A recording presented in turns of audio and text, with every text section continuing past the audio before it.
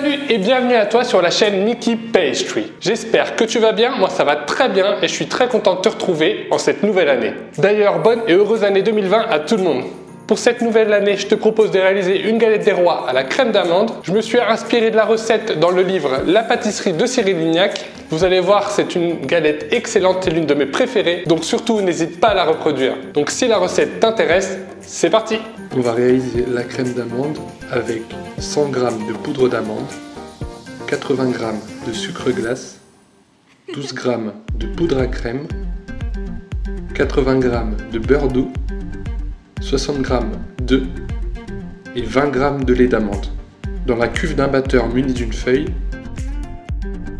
on va venir mettre le beurre en pommade.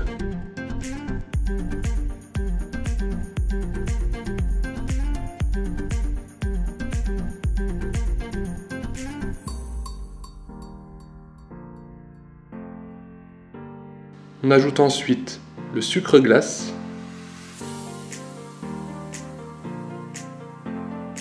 et on mélange jusqu'à obtenir une préparation homogène.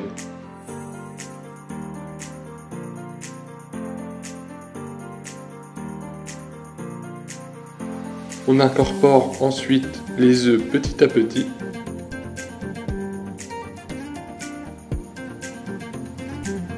Et on finit en versant le lait d'amande. On réserve la préparation dans une poche à douille. On récupère de la pâte feuilletée et on découpe deux cercles de 22 cm de diamètre et 3 mm d'épaisseur.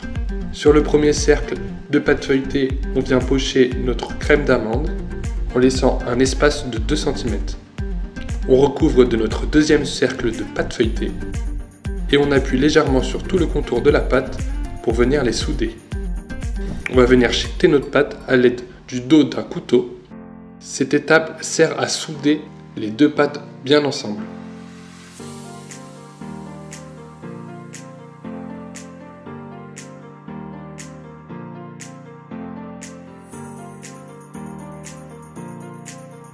On va venir retourner notre galette pour qu'elle puisse bien gonfler.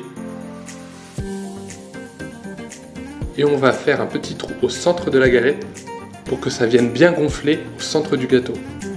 Ensuite, à l'aide d'un couteau, on va venir rayer joliment la galette.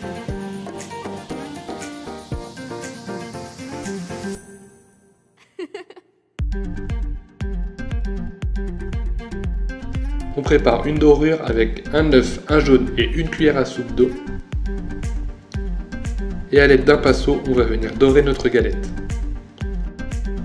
On enfourne la galette pendant 45 minutes à 180 degrés. Et voilà le résultat de notre galette.